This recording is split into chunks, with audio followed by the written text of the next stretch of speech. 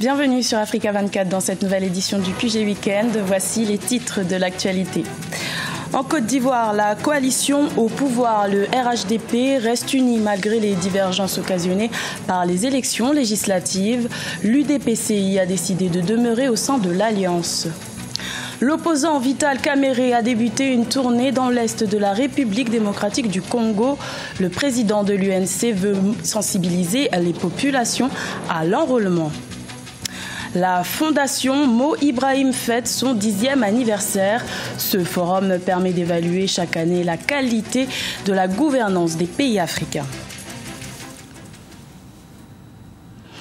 Mais tout d'abord au Tchad, un premier pas a été franchi dans la résolution de la crise opposant le gouvernement aux syndicats.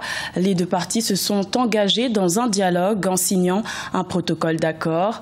La plateforme revendicative s'est engagée à maintenir la suspension de la grève pour permettre à un comité national de dialogue social de se pencher sur la relecture de la nouvelle loi limitant le droit de grève des fonctionnaires tchadiens. Une grève des fonctionnaires qui a débuté en août 2016.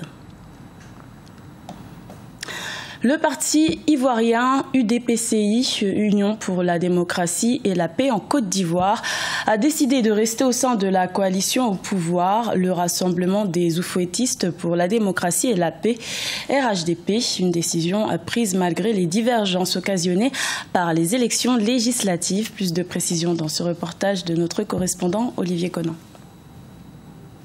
L'UDPCI, Union pour la démocratie et la paix en Côte d'Ivoire, en situation délicate au sein du RHDP, Rassemblement des oufouettistes pour la démocratie et la paix. Le président du parti a été limogé du gouvernement en novembre 2016 après des dissensions sur la répartition des candidatures aux élections législatives de décembre 2016.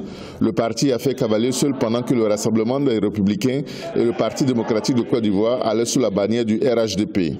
Aujourd'hui, l'UDPCI réaffirme son appartenance au RHDP dont il est membre fondateur.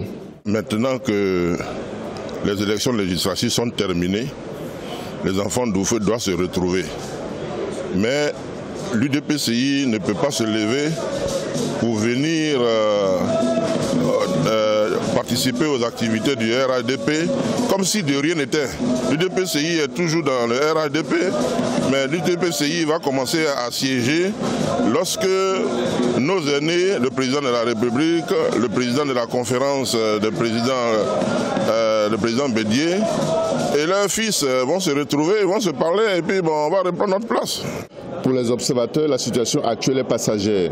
L'UDPCI, quoique affaibli au sortir des élections législatives, peut être utile dans son bastion de l'ouest du pays pour les futures échéances électorales. Il y a entre l'UDPCI et les autres partis du RHDP des mariages de raison. Donc il ne faut pas être surpris qu'il se soit rabiboché. L'UDPCI sait qu'en l'état actuel de la configuration politique, un soutien des présidents Bédier et Ouattara lui est très précieux. Le PDCI et le RDR savent que le soutien de l'UDPCI est extrêmement important, eu égard à son bastion. L'UDPCI a obtenu 9 sièges à l'issue des élections législatives de décembre 2016. Cela lui a permis de constituer un groupe parlementaire dans la première Assemblée nationale de la Troisième République. En République démocratique du Congo, les élections font l'objet de toutes les attentions. L'opposant Vital Kamerhe, président de l'UNC, l'Union pour la nation congolaise, a débuté une tournée le 1er avril pour sensibiliser les populations à l'enrôlement en vue des prochains scrutins. Reportage de notre correspondant Jacques Mboka, commenté par Oumou Kalsoumba. Sensibiliser les électeurs, c'est le but de la tournée qui a conduit Vital Kamerhe, président de l'Union des nationalistes congolais, ce vendredi 7 avril à Goma, dans la province du Nord Kivu. Après les provinces de Bandundu et Ouango à l'ouest, cela faisait 3 ans que l'ancien président de l'Assemblée nationale n'avait plus foulé le sol de Goma.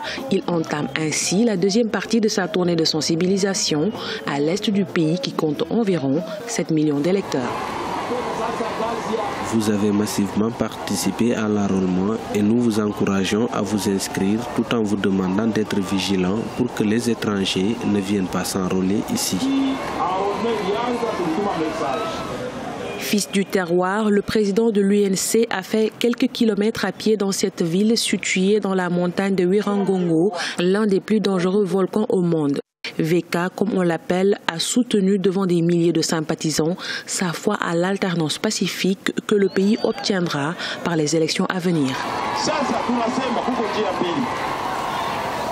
Aujourd'hui, le mandat du président est arrivé à son terme. Nous avons deux options. La première, c'est de lui ouvrir la porte pour qu'il sorte dans la paix. La deuxième option, c'est de créer le désordre, ce qui va occasionner des morts. Avec la sagesse que Dieu nous a donnée, je pense que la première option est la bonne.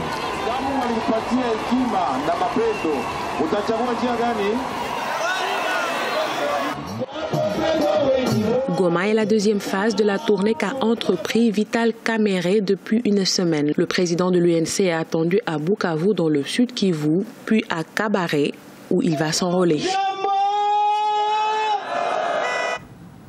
Également dans l'actualité, en Algérie, la campagne électorale s'ouvre ce dimanche 9 avril en vue des élections législatives du 4 mai.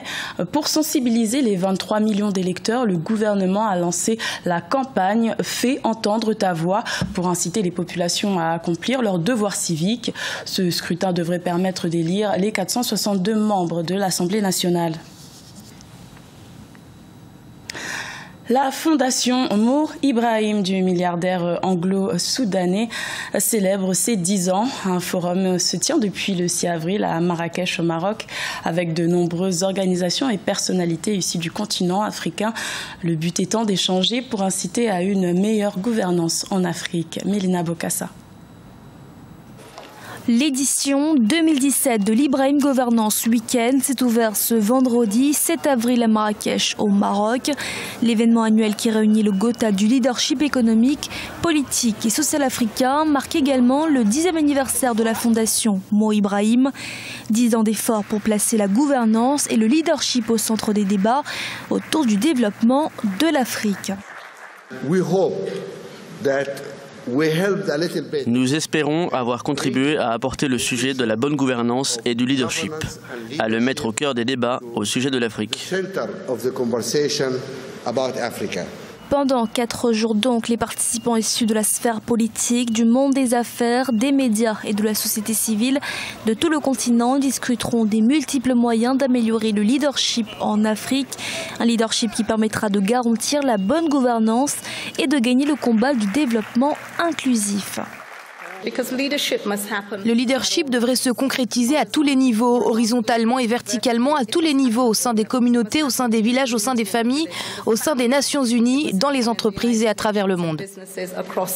Mo Ibrahim a également profité de l'occasion pour rappeler qu'il était indispensable pour l'Afrique de faire sortir de l'ombre ses héros de la bonne gouvernance et de la lutte anti-corruption pour avancer. C'est d'ailleurs pour mettre en lumière ces héros que la fondation de l'homme d'affaires a lancé en 2006 le prix Mo Ibrahim. Il dote chaque année de 5 millions de dollars et d'une pension annuelle à vie de 200 000 $, un chef d'État africain qui s'est illustré en matière de leadership et de bonne gouvernance, mais aucun lauréat n'a été distingué ni en 2016 ni en 2015. Ce journal a été réalisé par l'ensemble de la rédaction. Merci de votre fidélité. Retrouvez dans un instant une nouvelle édition de l'information sur Africa 24.